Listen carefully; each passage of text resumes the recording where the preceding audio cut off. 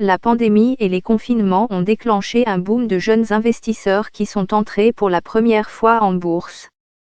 De nombreux jeunes qui avaient des économies notamment dans les pays développés ont osé négocier en bourse.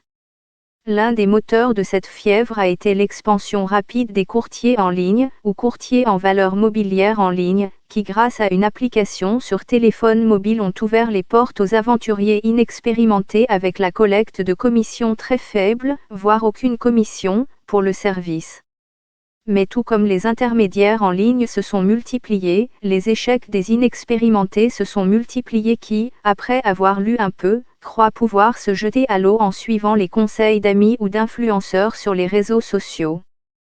Parallèlement aux opérateurs en ligne, il existe des banques d'investissement traditionnelles ou des sociétés de bourse qui proposent des analyses et des recommandations en échange d'un paiement pour leur service qui, dans certains cas, peut être assez élevé. Quelle que soit la manière que vous choisissez, si vous souhaitez investir en bourse, vous devez avoir un intermédiaire qui relie vos fonds à la bourse, c'est-à-dire pour exécuter vos ordres d'achat et de vente. Et ce courtier doit être enregistré auprès de l'autorité de régulation de chaque pays afin d'effectuer la transaction. Après cette étape, vous devrez analyser si vous souhaitez investir dans des instruments à revenus variables, tels que des actions ou des fonds, ou dans des instruments à revenus fixes, tels que des obligations. Tout dépend de combien vous êtes prêt à risquer. Plus le risque est élevé, plus la possibilité de gagner plus d'argent est grande. Et plus le risque est faible, plus le rendement que vous pouvez obtenir avec votre investissement sera réduit. Voici quelques-unes des principales erreurs que commettent les investisseurs novices lorsqu'ils décident d'investir leur argent en bourse. L'une des erreurs les plus courantes chez ceux qui commencent à investir est de rechercher des profits à court terme. Le minimum est de se fixer un horizon de 3 ans, explique Osorio. Ceux qui se consacrent à investir de manière professionnelle le font généralement en pensant à obtenir des bénéfices à long terme, précisément pour éviter les volatilités des marchés boursiers. Dans cet esprit, plus le montant d'argent investi est élevé, plus les rendements que vous gagnerez au fil du temps seront importants. Au fur et à mesure que l'argent ajoute des intérêts, le montant réinvesti augmentera également. C'est ce qu'on appelle l'intérêt composé, c'est-à-dire gagner plus d'argent avec votre propre argent. Il s'agit d'une règle de base pour tout investisseur, qu'il ait peu ou beaucoup d'argent. Tous les fonds ne peuvent pas être mis au même endroit. C'est pourquoi les experts parlent d'avoir un portefeuille diversifié, avec une partie de vos ressources investies dans des instruments à revenus variables et une autre partie en revenus fixes. Dans des pays comme les États-Unis, l'idée d'investir 60% des fonds en actions et les 40% restants en revenus fixes est courante, mais cette formule n'est généralement pas recommandée pour les investisseurs qui débutent en bourse, prévient Osorio. Il est préférable de commencer à investir de manière prudente, en construisant un portefeuille d'investissement, avec différents types d'actifs financiers et différents niveaux d'exposition au risque.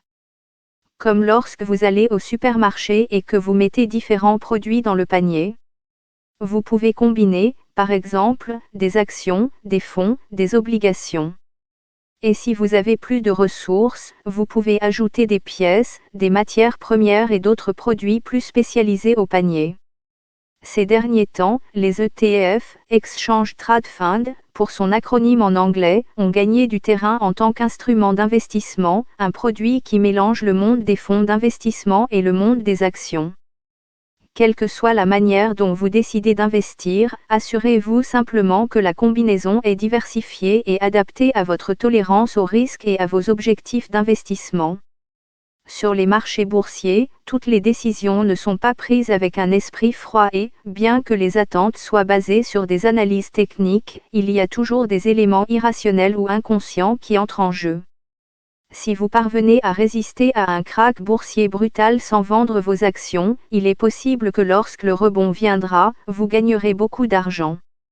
Le problème est que lorsque la panique se propage, l'effet domino peut brouiller votre jugement et vous amener à prendre des décisions hâtives. Si vous visez le long terme, une forte baisse ne devrait théoriquement pas vous inciter à vendre au milieu de la tempête. Une bonne analyse des limites de vos conditions financières et des objectifs que vous poursuivez est essentielle pour savoir ce qui vous convient le mieux. Certaines des questions essentielles sont: combien d'argent pouvez-vous investir? Combien êtes-vous prêt à perdre? Dans quelle période de temps espérez-vous obtenir un retour? Quel est l'objectif de l'investissement? Vous souhaitez gagner de l'argent rapidement en moins d'un an pour financer vos études ou vous souhaitez investir pour avoir une bonne retraite? Pour ceux qui commencent tout juste ce voyage, la recommandation des experts est de demander conseil. Et en étudiant et en sachant comment fonctionnent les marchés, vous aurez plus d'outils pour risquer de marcher seul. Pour ceux qui préfèrent investir en suivant les recommandations d'un conseiller spécialisé, il faut comparer les commissions que ces experts facturent pour leurs prestations. Mais pas seulement ça. Vous devez également tenir compte du fait qu'il existe d'autres coûts associés aux transactions boursières qui peuvent affecter le rendement que vous attendiez. En effet, si le montant à investir est très faible et que le coût final de réalisation de la transaction est très élevé, cela peut ne pas valoir la peine d'entrer en bourse. Même si vous décidez d'entrer sur le marché en utilisant une plateforme en ligne qui facture peu ou pas de commission, il y a toujours un certain nombre de coûts implicites dans tous les investissements. Par exemple, il existe des frais de vente et d'achat d'actifs, commissions d'achat et de vente, ceux de garde, ceux de tenue du compte titre ou des frais d'inactivité, les paiements lors du retrait de dividendes ou, par exemple, les frais de changement de produit auprès d'un courtier à un autre. En revanche, si vous travaillez avec un intermédiaire étranger, dont le siège est dans un autre pays, vous devrez vérifier si ce courtier est autorisé à effectuer des transactions. Cette erreur peut être très grave. Si vous commencez à investir, il est déconseillé de s'endetter pour effectuer des transactions. Il existe des conseillers financiers qui peuvent vous pousser à investir des sommes d'argent plus importantes par le biais de prêts. Ou même les courtiers en ligne peuvent vous harceler avec des messages sur votre téléphone portable afin que vous ne manquiez pas de grandes opportunités. Pas en vain il y a l'expression en anglais FOMO, Fear of Missing Out, qui est quelque chose comme la peur de rater quelque chose, qui peut vous amener à investir quand vous n'avez pas d'argent, simplement à cause de la peur de perdre le moment. Parfois, ces situations se produisent, par exemple, lorsqu'une personne a connu une bonne séquence et est tentée de s'endetter pour gagner plus. Comme lorsque les joueurs vont au casino ou aux courses de chevaux pour parier de l'argent et se laissent prendre à l'obsession. Et, quand il s'agit des marchés boursiers, on ne voit généralement qu'un seul côté de la médaille, celui des gagnants. Les médias regorgent régulièrement d'histoires d'humbles milliardaires qui ont investi et réussi. Mais des études montrent qu'en pratique, plus d'investisseurs particuliers perdent de l'argent en bourse qu'ils n'en gagnent.